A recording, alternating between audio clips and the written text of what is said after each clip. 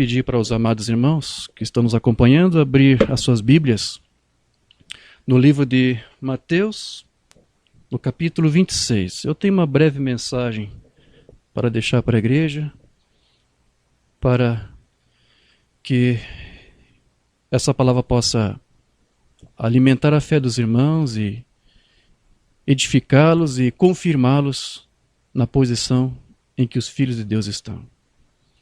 Livro de Mateus, no capítulo 26, eu quero ler os versículos 36 até o 39. Mateus 26, versos 36 a 39. Graças a Deus.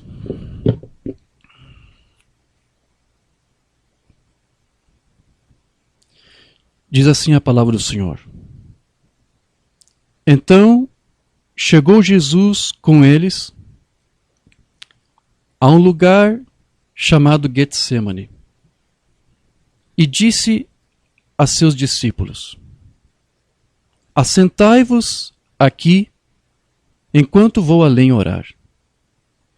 E levando consigo Pedro e os demais filhos de Zebedeu, começou a entristecer-se e angustiar-se muito. Então lhes disse: a minha alma está cheia de tristeza até a morte. Ficai aqui e velai comigo. E indo um pouco mais adiante, prostrou-se sobre o seu rosto, orando e dizendo: meu Pai, se é possível, passe de mim este cálice. Todavia, não seja como eu quero, mas como tu queres. Graças a Deus. Querido Deus e amado Pai, agradecemos por este momento em que aqui estamos para ouvir e meditar na tua palavra. Que tu possas vivificar esta palavra, Senhor, que acabamos de ouvir, e que tu venhas nos dar o entendimento do que foi lido, e que essa compreensão possa vivificar nossas mentes, corpos, almas e espíritos, para que não apenas possamos dar testemunho de ti, mas vivermos em espírito e verdade conforme a tua palavra, Senhor. Nós cremos na tua palavra, vivemos conforme a tua palavra. Ela é nossa fonte, ela é nossa vida, Senhor. Vivifica-nos, Senhor. Vivifica o teu povo agora, neste momento, com a tua palavra. Revela a ela, Senhor, e o que tu tens para nos dar. É o que nós te pedimos, no nome amoroso do teu Filho amado, Jesus Cristo. Amém. Graças a Deus. Amém, queridos. Esta escritura que nós lemos aqui, de Mateus, Jesus está mostrando um momento muito triste em que ele estava vivenciando. Ele disse que ele estava triste até a sua alma. Muitas coisas estavam se passando ali na mente do Senhor Jesus.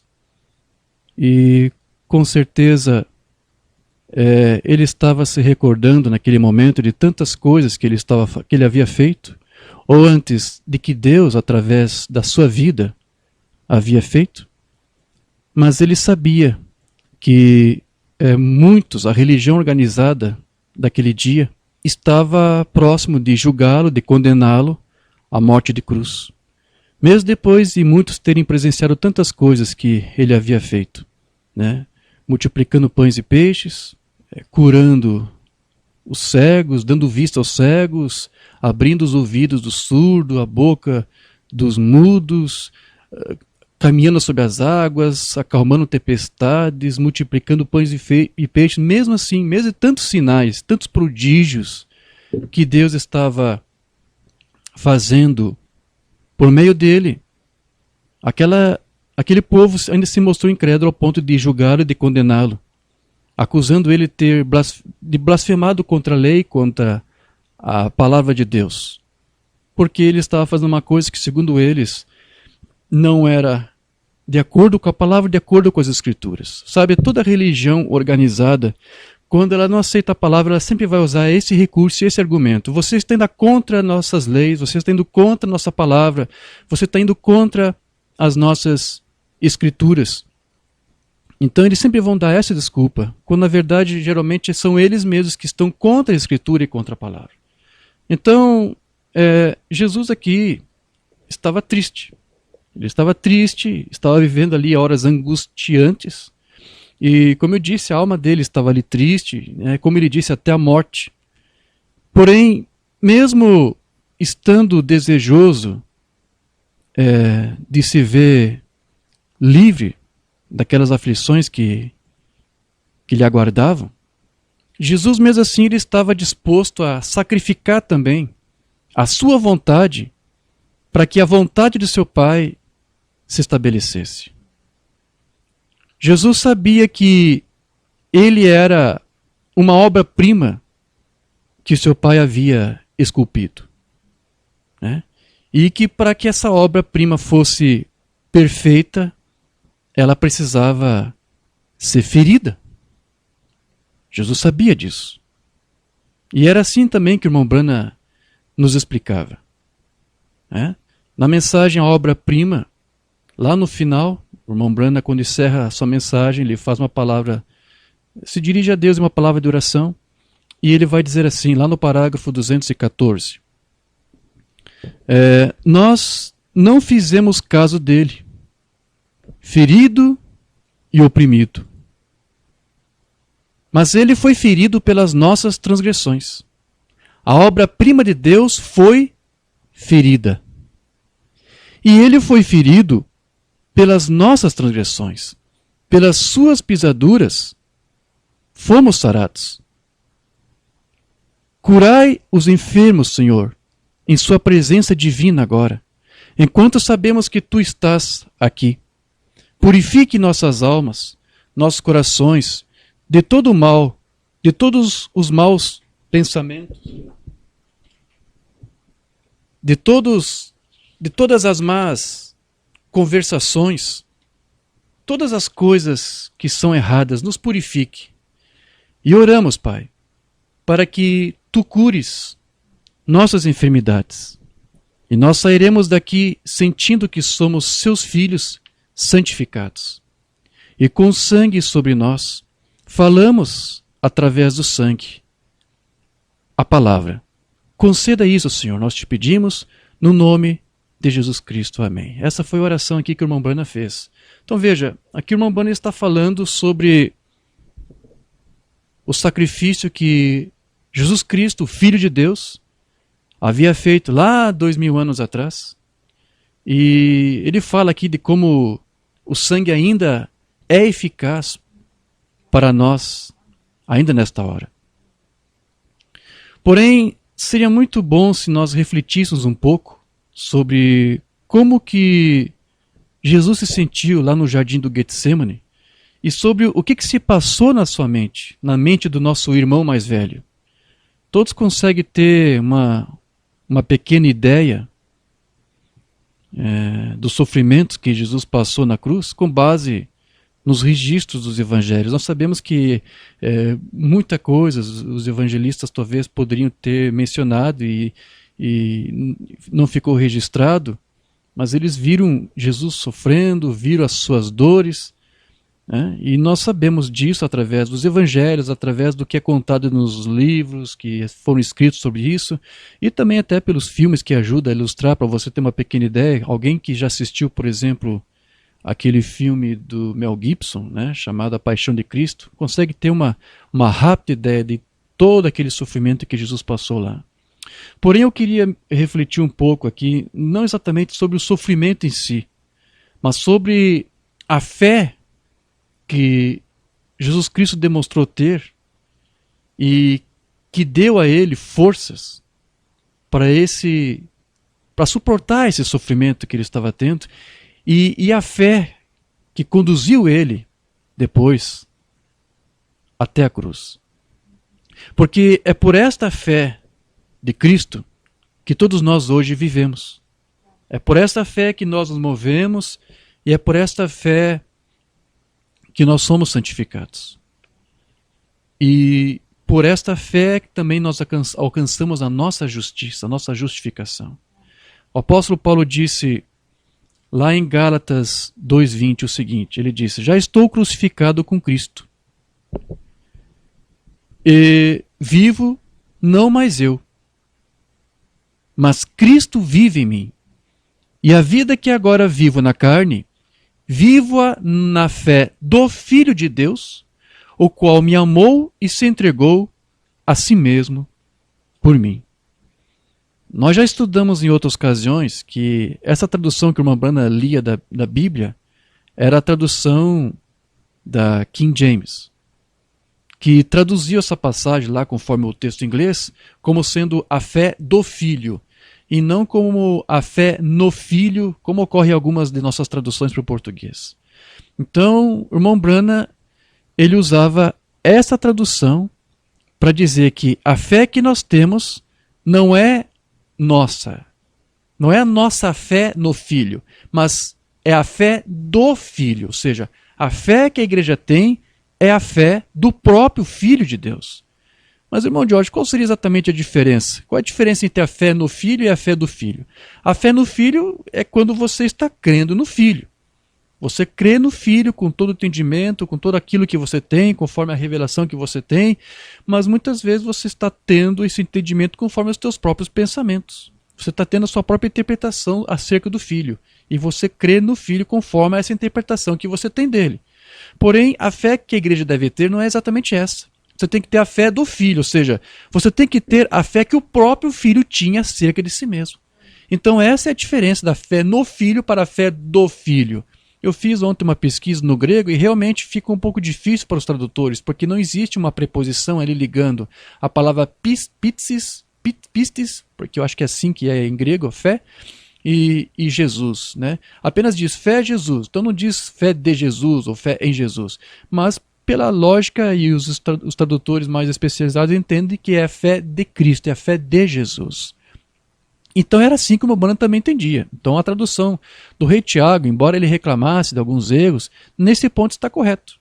Então é essa fé que Paulo disse que ele tinha. Ele tinha a fé do Filho de Deus. Então o irmão Branham disse que todos os sinais que os apóstolos fizeram foram com base no poder que havia no nome de Jesus, mas também na fé de Jesus que eles haviam recebido, que os apóstolos haviam recebido.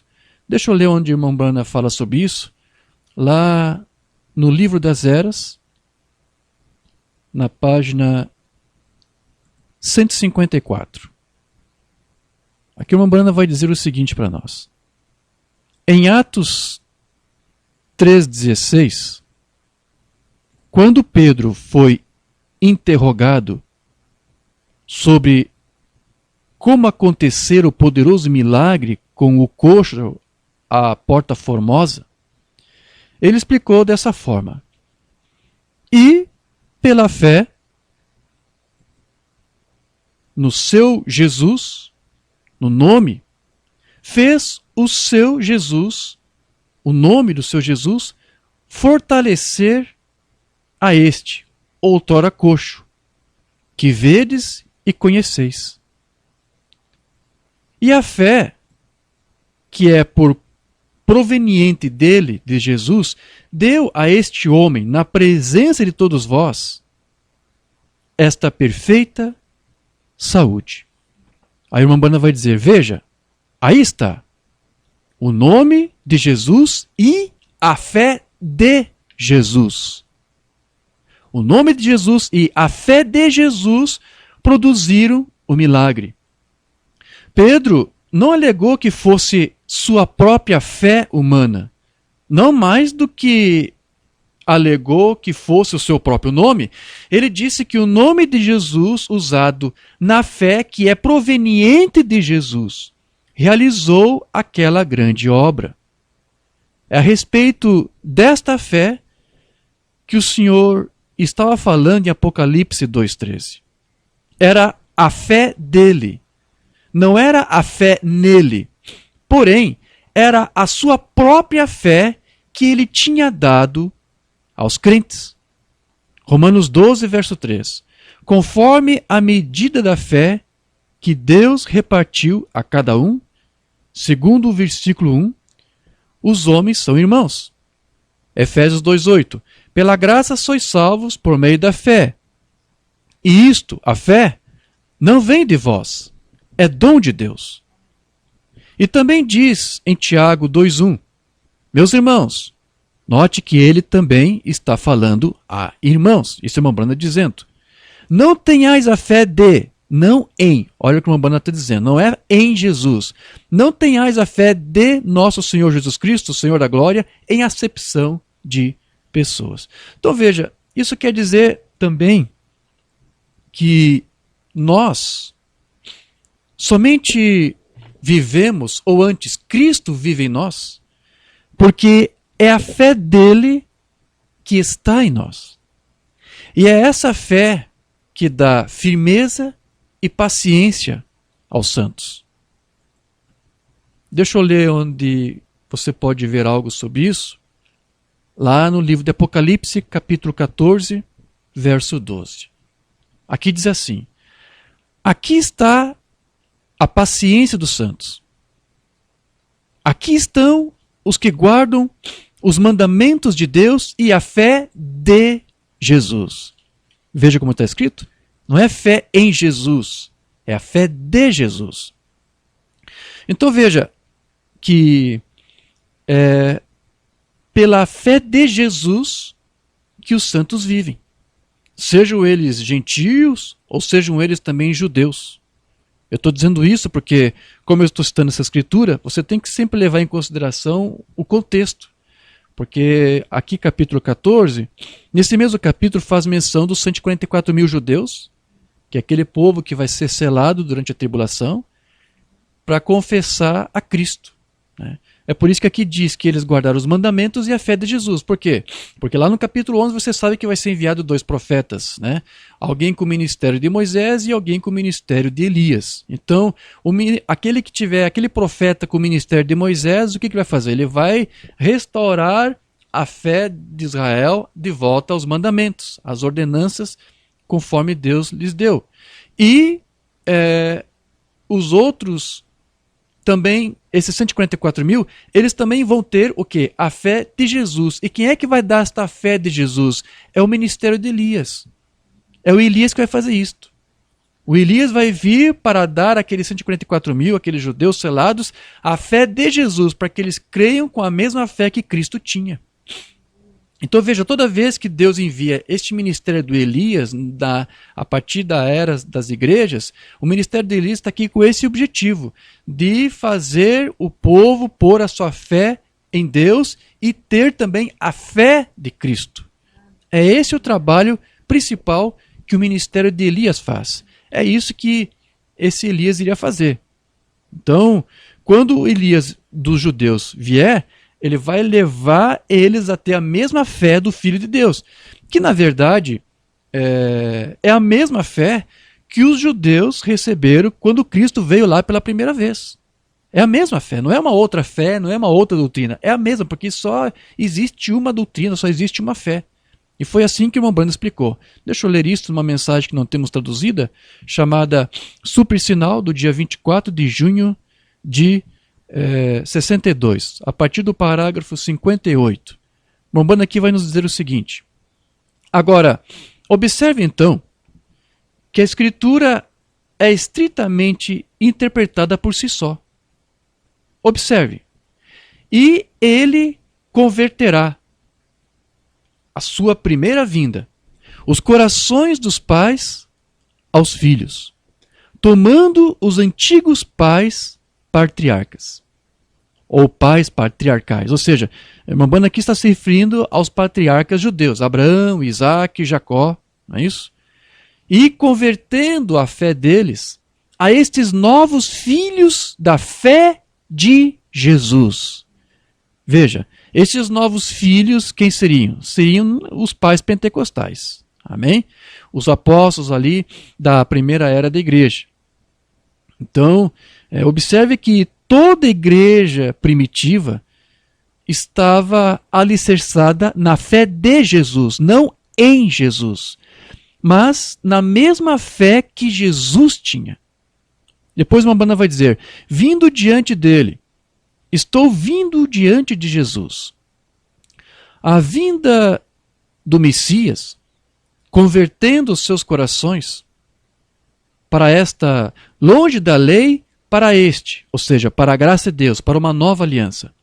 E na sua segunda vinda, ele converterá o coração dos filhos de volta aos pais originais pentecostais novamente. Então veja, querido, quando o ministério de Elias viesse, que não é outro senão o próprio ministério do Filho do Homem, ele converteria a igreja desse dia àquela fé pentecostal, que é a mesma fé que Jesus tinha. É isso que o Umbanda está dizendo. E é dessa fé que toda igreja, então, também deveria viver ao longo das eras, ao longo dos séculos, porque é essa fé que torna a igreja de Jesus uma igreja vitoriosa. Porque foi com essa fé que Jesus se tornou vitorioso. E a mesma fé que Cristo tinha tem que ser também a mesma fé que a igreja deve ter agora.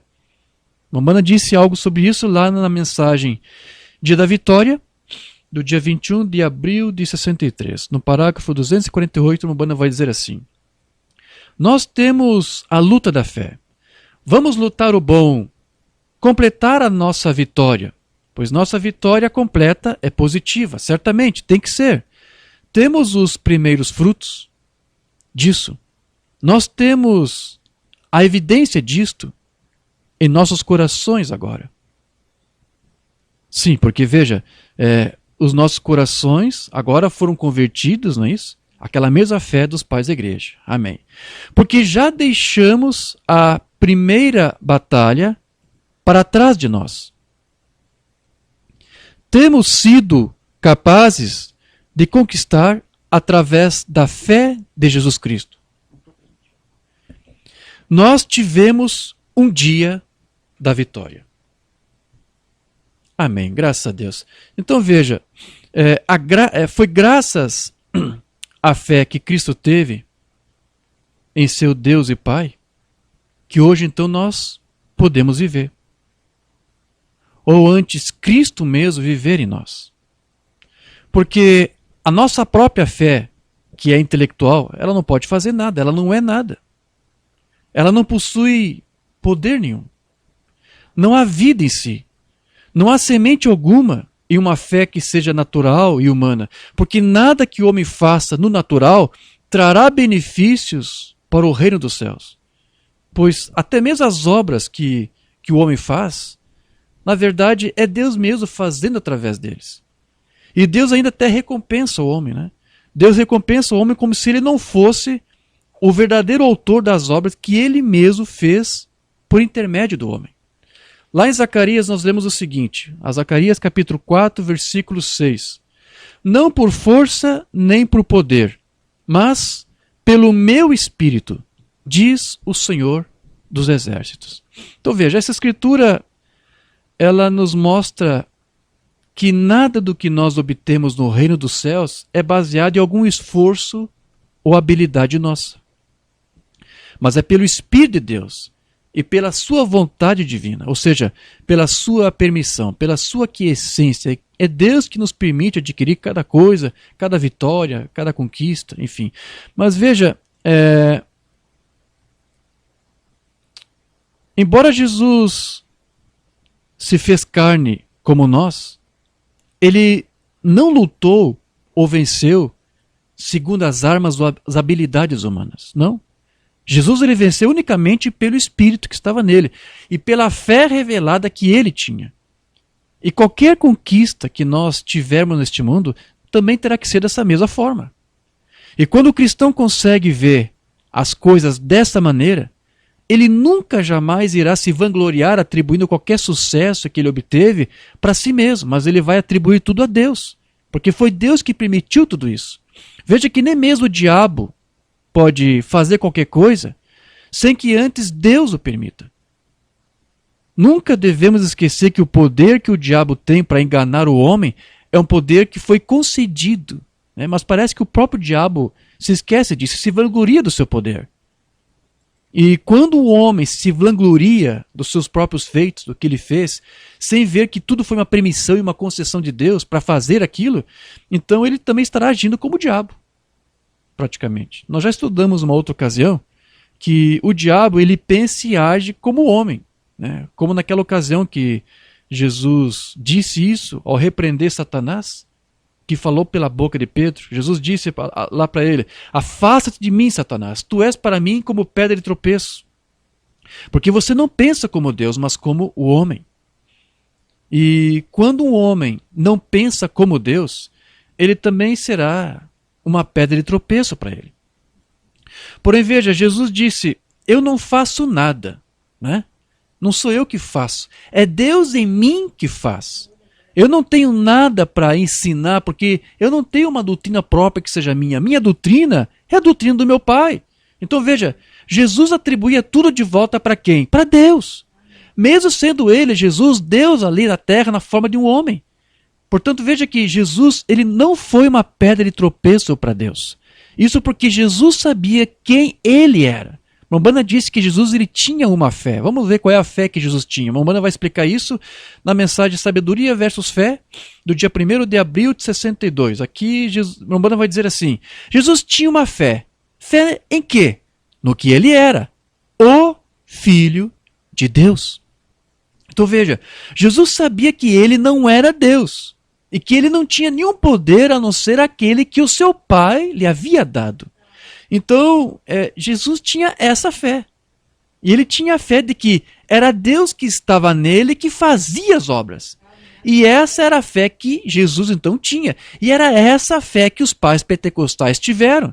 E também terá que ser essa mesma fé que aqueles judeus lá, como eu falei, que vai estar selado na tribulação, também vão ter. Depois que a noiva partir. Então, não será uma outra fé diferente, será a mesma fé, porque só existe uma doutrina, só existe uma fé. Foi isso que Paulo disse lá em Efésios 4:5. Há um só Senhor, há uma só fé e há um só batismo. Amém. Então, veja, a fé que Cristo tinha fazia ele dar glória somente para Deus, por tudo aquilo que era feito. Jesus nunca atribuía a si mesmo como o autor daqueles sinais, daqueles prodígios que eram realizados. Lembra quando Israel estava andando pelo deserto com sede? E eles clamaram e reclamaram também com Moisés. Moisés já estava um pouco cansado, com seus 120 anos, creio eu. E Moisés perdeu a paciência. Você lembra o que ele disse? Ele disse: o que nós devemos fazer? Será que devemos fazer dessa água sair água para vocês? Então ele disse isso porque com certeza ele já tinha tido uma visão de Deus, de que Deus ia tirar a sede do seu povo através de uma rocha, da qual iria sair água. Moisés teve uma visão de tudo isso. E ele disse isso com certeza por causa dessa visão. Porém, quando ele disse isso, ele havia se apresentado como se fosse ele mesmo quem iria fazer aquele sinal. E para piorar, ao invés dele simplesmente falar para a rocha como Deus havia ordenado a ele, ele feriu a rocha, ele bateu na rocha 2 vezes. Numa outra ocasião, no passado, eles tiveram sede e Deus disse: falhe a rocha ou bata na rocha. Então foi ferida a rocha e a água saiu. E aquela rocha ferida tipificava a morte de Cristo, porque graças ao seu sacrifício hoje nós temos a água da vida que sacia a sede da igreja, do seu povo. Então havia um simbolismo em tudo isso, mas dessa vez não era para ele ferir a rocha, apenas para falar. Mas Moisés, ele disse: será que devemos fazer? Então ele estava dizendo: olha, será que é eu que vou ter que fazer isso para vocês? Ele estava tirando a glória de Deus e atribuindo para si. E para piorar, como eu disse, ele feriu a rocha quando não era para ferir, e feriu 2 vezes. Ele feriu 2 vezes. Então aquele gesto de Moisés, na verdade, é como se fosse um gesto profético. Porque como eu disse que a rocha tipificava Cristo, e ao ser ferida 2 vezes, isso então significava simbolicamente que Cristo também teria que ser ferido 2 vezes. Mombana, numa mensagem que ele pregou, ele disse: eu condeno, eu acuso essa geração de crucificar Jesus Cristo pela 2ª vez. Como é isto? Pela palavra que está sendo rejeitada. Cristo foi crucificado 1 vez, lá em carne. Mas quando você rejeita a palavra de Cristo, você está crucificando ele pela 2ª vez. O irmão Bano estava repreendendo essa geração por estar fazendo isto. Essa era por estar fazendo isto. E Moisés havia então, com aquela sua palavra, com aquela sua atitude, ele tinha tirado a glória de Deus para aquele milagre, atribuindo a si mesmo, pelo pelo acontecido. E por causa disso, Moisés foi proibido de entrar na terra prometida.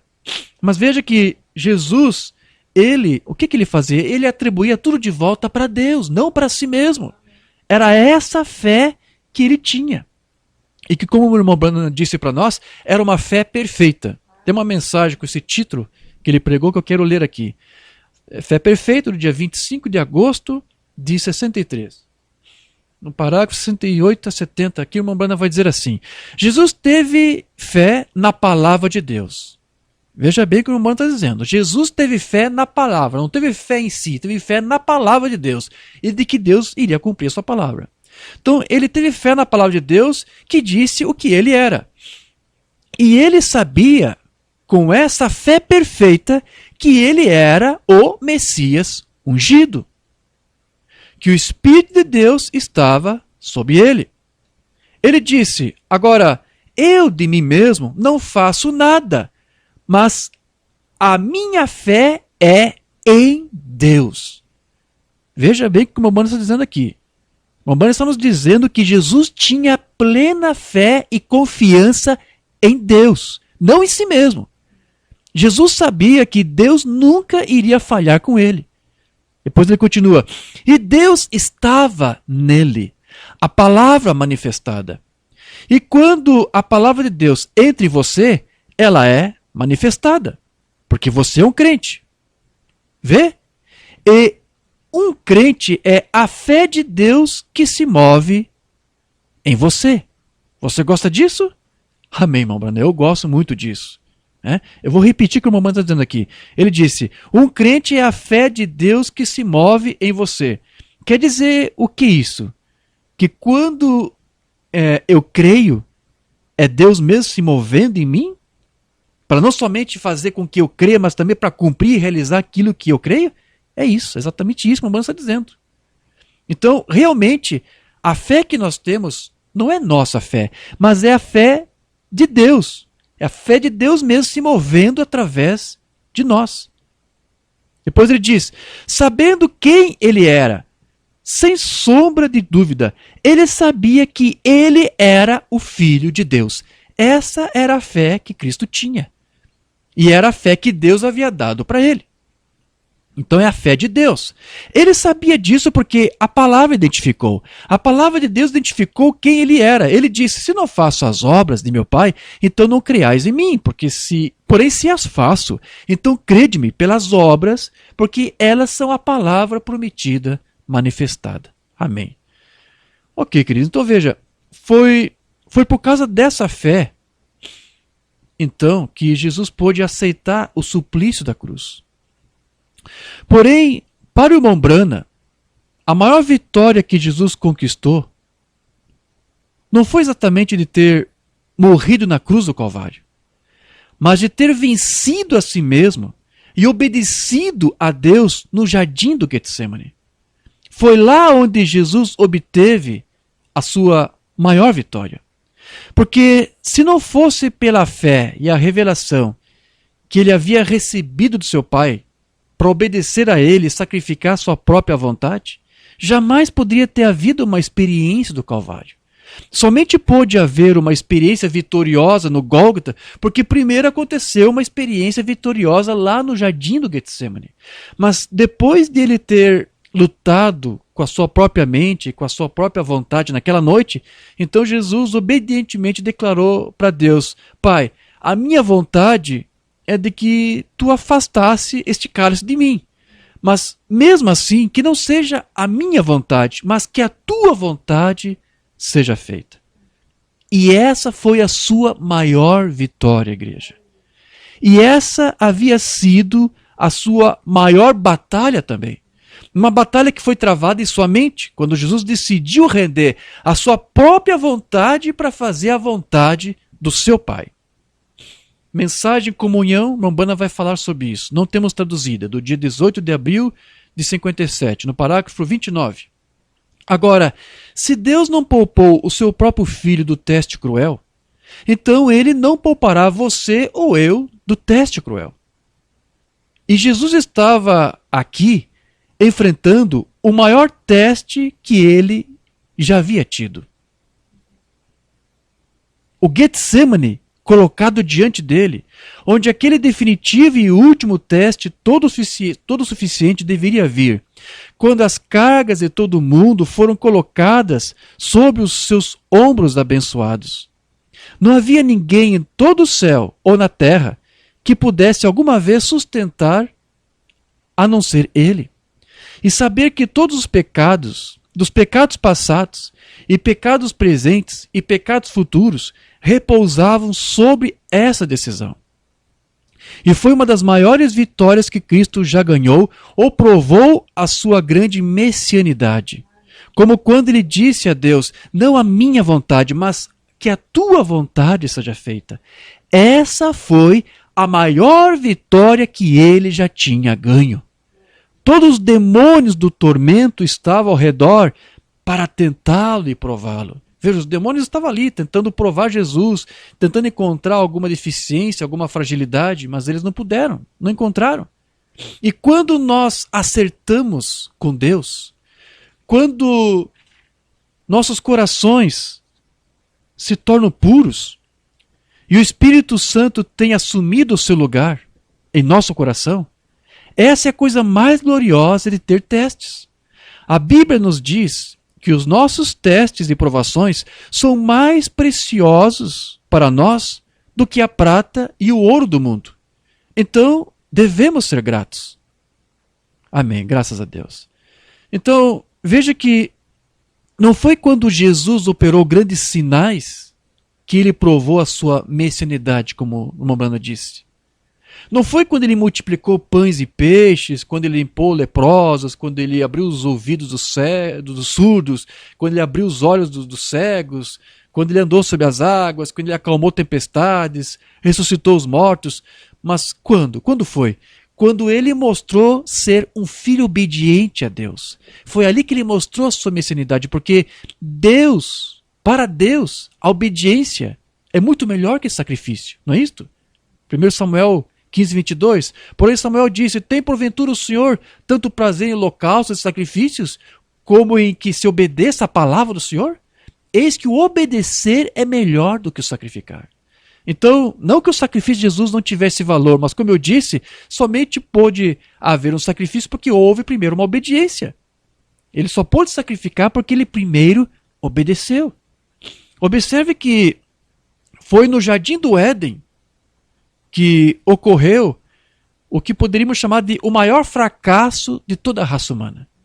Que foi quando lá o primeiro Adão cedeu a sua própria vontade contra a vontade de Deus e caiu.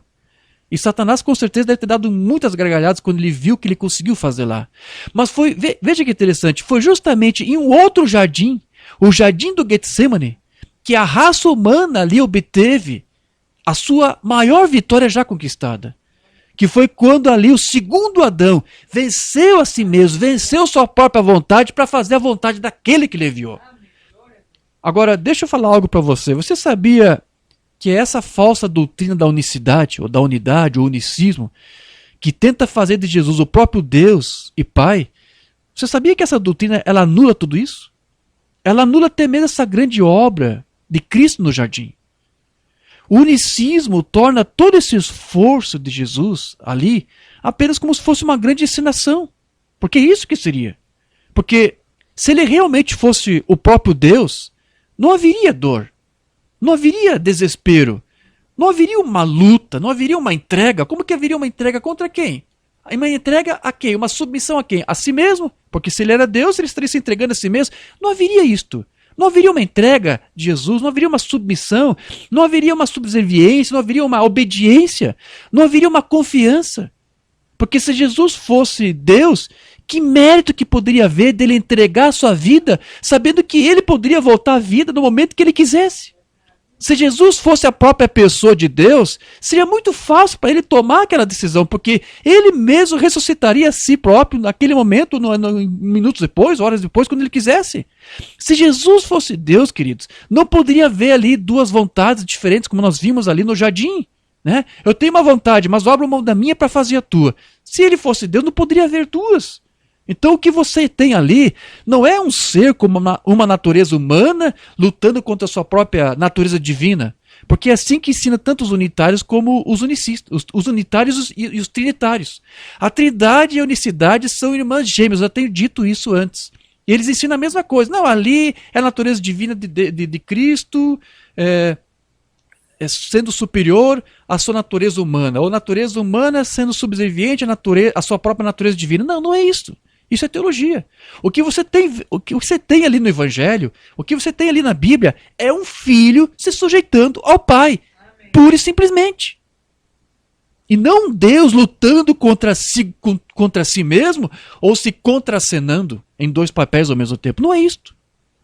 Agora veja que Cristo, ele se entregou não pensando que ele pudesse ressuscitar a si próprio a hora que ele desejasse, mas porque ele cria que Deus lhe daria sua vida outra vez. Ele confiava que Deus poderia lhe trazer a vida novamente. Jesus não ressuscitou a si mesmo, querido, foi Deus. Foi Deus quem ressuscitou o seu filho. Deus, ele honrou a fé que o seu filho tinha, que tinha nele, no Pai. Jesus, ele sabia que não era ele, o filho primogênito, que fazia todas aquelas obras, mas era o Pai que habitava nele, que fazia aquelas obras. Então, Jesus, com essa fé, ele podia até ter seus próprios pensamentos, ou um arrazoamento, se você quiser entender assim. Jesus, com essa fé que ele tinha, ele podia voltar-se para si em seus pensamentos e podia dizer, vamos ver, se meu Pai, que está em mim, pôde ressuscitar o meu amigo Lázaro, que esteve morto por 4 dias, então, ele com certeza vai ter poder. Vai ter poder para ressuscitar até mim mesmo, se caso eu morrer na cruz. Então, ninguém pode ser mais poderoso que o meu Deus e meu Pai.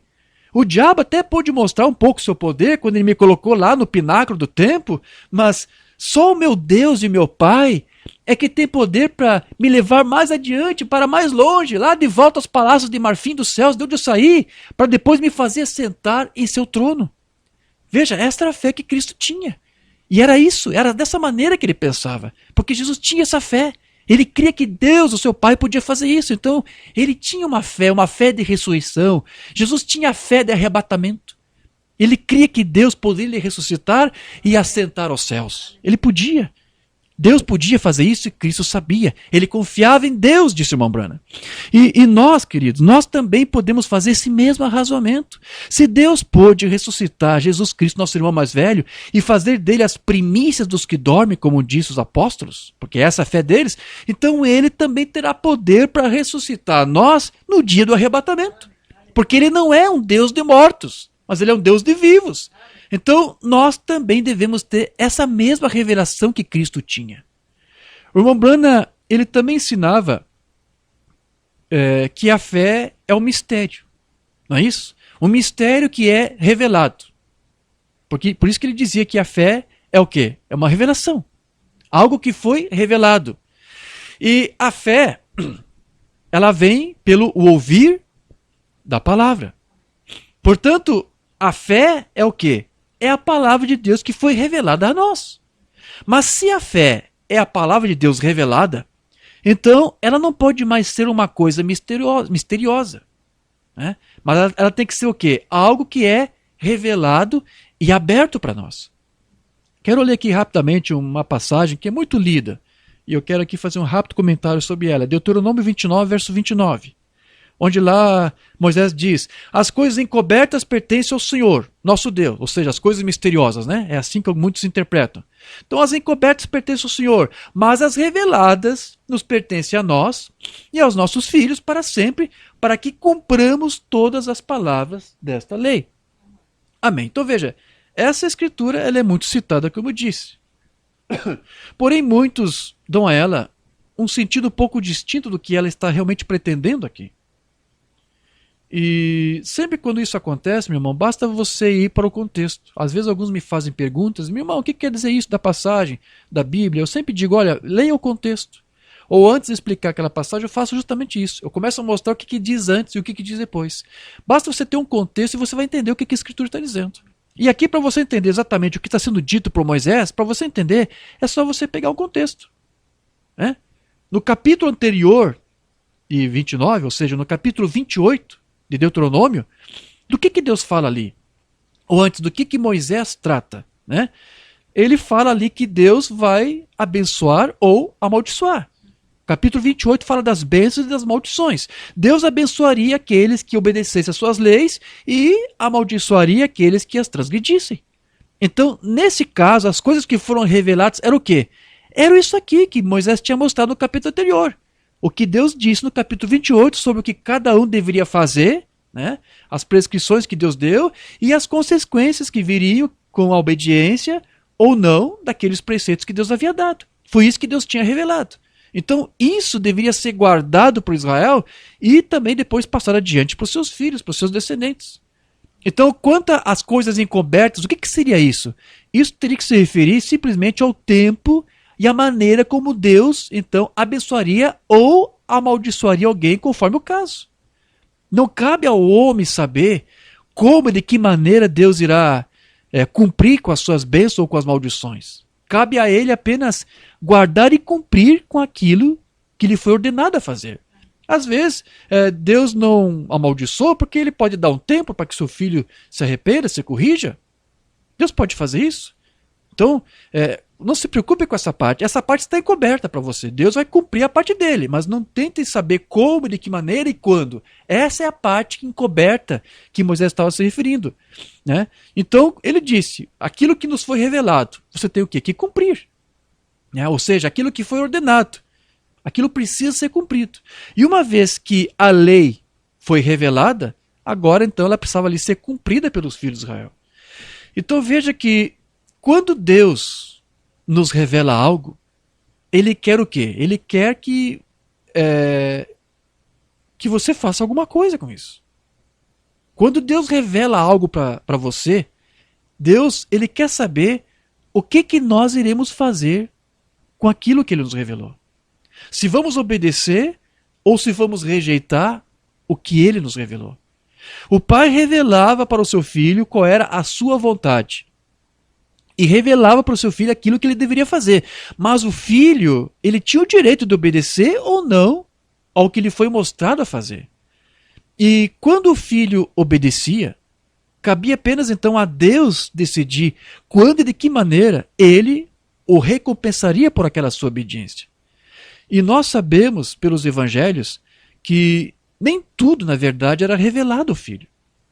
Você deve se recordar quando Jesus disse que não sabia quando que ele iria voltar novamente. Ele disse, nem os anjos sabem, nem o filho, a não ser o pai. Então, ele não estava mentindo quando disse aquilo, porque isso não lhe havia realmente sido revelado a ele. Agora, somente Deus é que podia saber, como ele mesmo disse. Só o Pai no céu é que sabe. Portanto, se Jesus fosse realmente Deus, como algumas doutrinas ensinam, então ele teria mentido ao dizer que não sabia quando ele viria. Quando, na verdade, todos nós sabemos que Deus não pode mentir. As Escrituras dizem, Deus não pode mentir. Lá em Números diz, Deus não é homem para que minta, nem filho do homem para que se arrependa. Né? Lá em Hebreus, também Tito, você vê lá as Escrituras dizendo, é impossível que Deus minta. Então, Jesus não mentiu. Mas ele teria mentido se ele fosse Deus. Porque Deus sabia. Mas ele não sabia. Porque nem tudo havia sido revelado ao filho.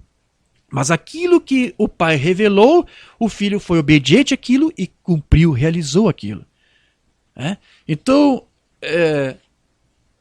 uma vez que algo é revelado, Deus agora quer saber o que você vai fazer com isso. Deus revelou para o seu filho qual era a sua vontade, mas agora ele queria saber, ali no jardim, qual era a decisão que o seu filho iria tomar.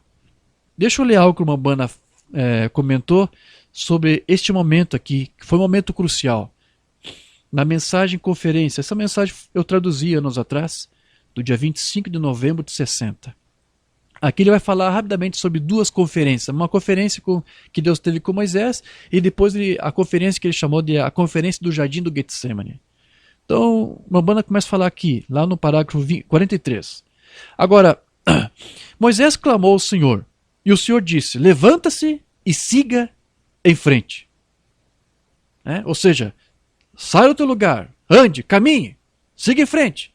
E quando Moisés foi diretamente e pisou os seus pés na água, quando isto aconteceu, o mar vermelho se abriu para trás. E Israel atravessou outro lado para uma grande vitória. Então veja, Moisés está obedecendo ordens, ele foi até ali. E Deus lhe deu mais uma revelação, ele disse, levante-se e caminhe, ande adiante. Então só depois que ele atuou, agiu conforme aquela revelação, é que então aquela revelação se materializou. Moisés entendeu o que ia acontecer ali. Então a fé que Moisés recebeu de Deus era uma fé que, para se materializar, deveria ter ou ser acompanhado pelo quê? Pela obediência.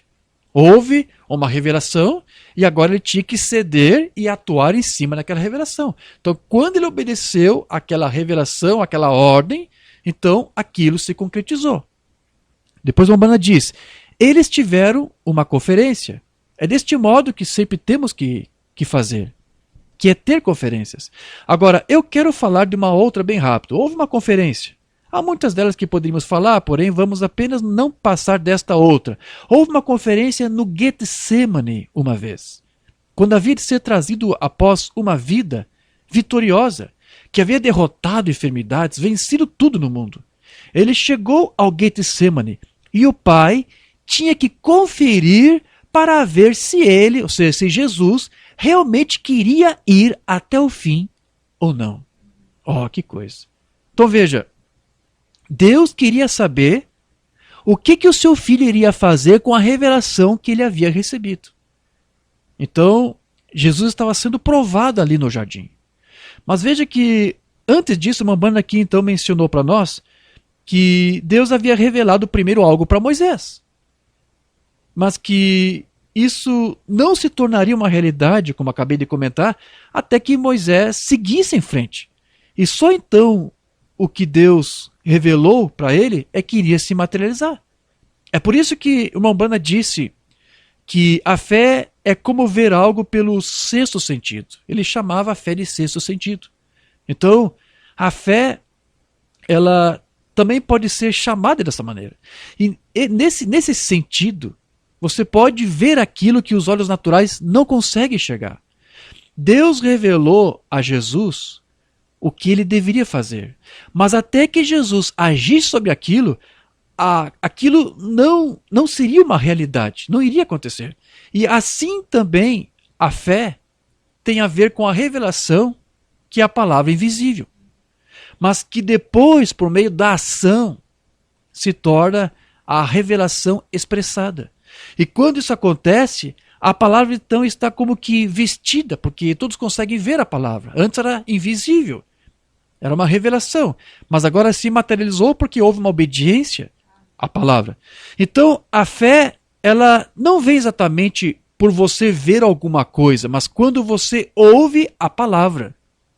Porém, depois de ter sido ouvida, então a fé pode ser de fato vista, desde que você então atue sobre ela. Por exemplo, Deus me chamou para o ministério alguns anos atrás, isso foi lá em 99, em maio de 99. Na época eu tinha uns 24 anos, eu tinha 24 anos de idade. E até então eu nunca imaginei que Deus tinha esse plano para mim. Até que ele o revelou e eu ouvi. Numa reunião onde via línguas, houve profecias, houve interpretação, Deus ali entregou a sua mensagem. Mas veja, aquela palavra que foi revelada, ela nunca se tornaria visível se eu não atuasse sobre ela. Mas como o Mambana disse aqui, um crente é a fé de Deus que se move em você. Então não é pela minha fé que eu estou pregando agora, mas é Deus se movendo através de mim para cumprir a sua própria palavra, tornando ela visível. Então, isso não é pelo meu próprio esforço ou pela minha capacidade, porque não sou eu que estou interpretando a palavra que foi revelada anos atrás, mas é Deus mesmo que agora está se movendo para interpretar isto. Porém, se Deus não tivesse me chamado, essa minha atuação agora de estar aqui pregando para você, seria o quê? Seria uma interpretação apenas minha. Seria uma fé particular minha e não de Deus, porque isso nunca havia sequer sido uma palavra invisível antes. Então, não foi a fé do homem Moisés que abriu o Mar Vermelho, mas foi a palavra de Deus que se moveu através dele para se tornar visível. É sempre Deus que interpreta a sua palavra. Portanto, toda glória cabe sempre e apenas para Ele, para Deus. Mas aquele que atua, como eu disse, segundo uma fé particular, ele somente pode atrair glória para quem? Para si mesmo. E como eu disse, a fé humana, ela não tem vida em si. Então, todo fruto que ela produzir vai morrer com ela. Porque o verdadeiro motivo e objetivo dela não era de exaltar a Deus ou de promover o seu reino, mas foi apenas movida por algum capricho carnal de algum presunçoso que avançou sem autoridade. Como o caso de Janes e Jambres. Janes e Jambres, eles produziram os mesmos sinais que Moisés. Porém, em momento algum, eles estavam trazendo à manifestação a palavra invisível ou a fé revelada. A não ser o quê? A sua própria fé. A sua própria revelação. Eles tinham o quê? Eles tinham um falso espírito. Porque o verdadeiro espírito, ele somente vai acompanhar a pregação de uma fé que seja genuína. Deixa eu ler algo que o Paulo disse aqui, lá em Gálatas 2. Não, Gálatas 3. É o versículo 2. Aqui Paulo vai dizer, só quisera saber isso de vós. Vou fazer uma pergunta para vocês, Gálatas, porque eles haviam voltado à circuncisão, haviam voltado à lei, depois de ter recebido a revelação da fé apostólica. Ele pergunta, recebestes o Espírito pelas obras da lei ou pela pregação da fé? Está entendendo? Paulo aqui está dizendo a você que o Espírito Santo ele vem pela pregação da fé genuína. E lá no versículo 5 ele vai dizer mais, aquele pois que vos dá o Espírito e que opera maravilhas entre vós, ele o faz pelas obras da lei ou pela pregação da fé? Então veja, outra vez ele está afirmando que o verdadeiro Espírito ele se manifestou somente por causa de uma fé que foi revelada. E que eles viram ela ali manifestada. Aquela palavra invisível se tornou materializada porque o Espírito estava ali, acompanhou aquela fé que eles receberam. Lá em Romanos 10, Paulo vai falar mais. Eu quero ler aqui, a partir do versículo 13. Romanos 10, 13. Paulo vai dizer aqui, porque todo aquele que invocar o nome do Senhor será salvo. Bom, então isso quer dizer o quê? Que para você ser salvo, você precisa invocar. Você tem que confessar. Paulo começa a fazer algumas perguntas. Mas como, pois, invocarão aquele em quem não creram? Então, o que quer dizer isso? Então para você confessar, você tem que o quê? Você tem que primeiro o quê? Crer, não é isso? Aí depois ele diz, e como crerão naquele de quem não viram? Então para você crer em algo, você tem que primeiro ouvir algo. Depois ele diz, e como verão se não há quem pregue? Então para você ouvir é necessário que primeiro alguém fale, alguém pregue. E depois, e como pregarão se não forem enviados? Então, para que alguém pregue, primeiro ele tem que ser o quê? Enviado. Porém, meu querido, é aí que começa o problema. Será que todos que estão pregando foram de fato enviados por Deus para pregar? Ou você acha realmente que o diabo não tem os seus a quem ele enviar? Meu querido, o diabo também tem os seus, certamente que ele tem. E não é para o mundo que o diabo manda. Não é para o mundo que ele manda os seus Janes e Jambres. Não, é para o meio da igreja. É para a igreja que ele manda os seus. Depois Paulo diz, como está escrito, quão formosos os pés dos que anunciam o evangelho de paz, dos que trazem alegres novas de boas coisas. Mas nem todos têm obedecido ao evangelho. Pois Isaías diz, Senhor, quem creu na nossa pregação? De sorte que a fé é pelo ouvir, e ouvir pela palavra de Deus. Então veja que não é apenas ouvir qualquer palavra que vai produzir a fé, mas é ouvir a palavra de Deus. É essa que vai produzir a fé. E o Espírito que acompanha essa fé da palavra, então ela vai o quê? Ela vai produzir os frutos no crente, no ouvinte. Lá em 2 Coríntios 4,13, Paulo vai dizer mais aqui. E temos, portanto, o mesmo espírito de fé. Segura aqui, veja aqui. Espírito de fé. O que é isso? Há um espírito. Atrás dessa fé há um espírito, há uma unção que acompanha. E na verdade, cada tipo de fé vai ter uma unção específica. Há uma unção que acompanha cada tipo de fé, seja ela falsa ou seja a fé verdadeira. Agora, a fé verdadeira, ela vai ungir você para fazer a vontade de Deus, exatamente como nosso irmão mais velho fez. Enquanto que a falsa fé, ela vai ungir, ela vai inspirar as pessoas para fazer a sua própria vontade, para crer em suas próprias interpretações. Como está escrito, cri, por isso falei. Nós cremos também, por isso também falamos. Amém. Graças a Deus por isso. Então veja, se a fé é algo que estava escondido, mas que foi revelado, então ter a fé de Cristo seria como fazer uma viagem sem saber exatamente para onde que você está indo, mas sabendo pelo menos com quem você está indo. Você entende isso? Porque veja, a igreja ela não está levando consigo mesma apenas uma concepção intelectual doutrinária. Não, ela está levando consigo nessa sua jornada a própria vida do Espírito de Cristo com ela. Deixa eu ler aqui que Paulo diz, ou que está escrito lá em Hebreus 11, no versículo 8. Pela fé Abraão, sendo chamado, obedeceu. Abraão teve uma fé e obedeceu, ou seja, atuou, indo para um lugar que havia de receber por herança. E saiu, ele atuou, sem saber para onde ele ia. Assim tem que ser os filhos de Deus que têm a fé de Cristo. Ele anda, em obediência à palavra. Ele recebeu uma revelação. E Deus atua através dessa própria revelação nele, porque o Espírito está acompanhando, ungindo essa vida. E muitas vezes você não sabe para onde está indo. Cristo, ele não sabia para onde que ele estava indo, para onde Deus estava lhe levando. Ele apenas estava preocupado em ouvir e atentar e receber e atuar em cima do que ele ouvia.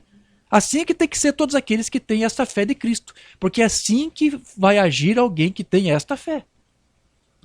Nós sabemos que, conforme Jesus disse, lá para Nicodemos, é assim que todo o Filho de Deus vai atuar. Porque aqui foi dito, Abraão saiu sem saber para onde ia, e Jesus disse para Nicodemos, é assim que são todos aqueles que têm esse Espírito, ou que são nascidos de Deus, nascidos desse Espírito, que nasceram de novo. Lá em João 3,7 diz aqui, não te maravilheis de ter dito, isso é Jesus dizendo a Nicodemos, necessário vos é nascer de novo. O vento assopra onde quer, e ouves a sua voz, mas não sabes de onde vem, nem para onde vai. Assim é todo aquele que é nascido do Espírito. Então veja, mesmo não sabendo para onde está indo, o Filho de Deus, ele obedece mesmo assim. Como Abraão obedeceu, como Jesus Cristo obedeceu, a fé de cada filho e de cada filha de Deus, ela se materializa através em gestos de obediência. Como Abraão demonstrou obediência, como Cristo mostrou obediência ao Pai. Então, a fé de Jesus não somente se materializou na sua obediência a Deus, mas também se materializou em mim, em você, na igreja, na vida de todos os seus demais irmãos. Pois todos nós hoje somos filhos e filhas de Deus graças à sua obediência, à obediência do nosso irmão mais velho. Em obediência a Deus, Cristo se tornou nós, para que então hoje, agora, nós, eu e você, pudéssemos nos tornar Ele. Foi como a banda disse lá na mensagem, companheirismo. Deixa eu ler aqui, nós não temos traduzida. 12 de dezembro de 56, a partir do parágrafo 55. Uma banda vai dizer aqui, alguma vez você pensou nisso, pecador? Eu pensava isso. Eu, indigno de ser amado, eu, sem dignidade, e Cristo, o Filho de Deus, desceu e se tornou eu para que através de sua graça eu pudesse me tornar Ele. E nós estamos na presença de Deus, não como pecadores, mas como filhos e filhas de Deus, banhados pelo precioso sangue de Jesus Cristo. Amém.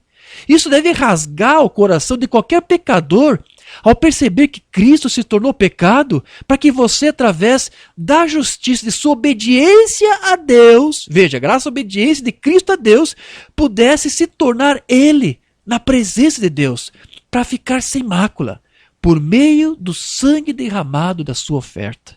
Aleluia. Glórias a Deus por isso. Então veja, queridos, todos nós éramos indignos.